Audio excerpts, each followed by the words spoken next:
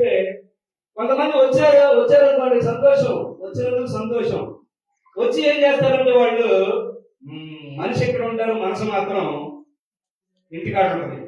ఇంటికాడ తలుపు సరిగ్గా చేశానా, కూర మీద అన్నం మీద మూత సరిగ్గా పెట్టానా, నేను ఎప్పుడు వస్తాడు, తలుపు వేసానా లేదు అని, వీడు ఎక్కడికి పోయాడు, వేళకు వచ్చి తినడు అని మనిషి మాత్రం ఇక్కడ ఉంటారు, మనసు మాత్రం బయట ఉంటారు.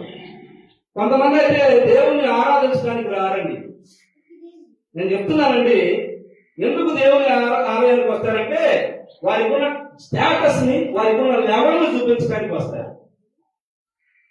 దేవునికి లోపడటానికి, దేవుని ఆరాధించడానికి రాదు దేవుని ఆలయానికి.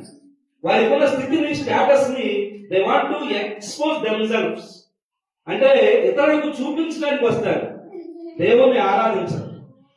ఈ గుంపు ఆయన రాక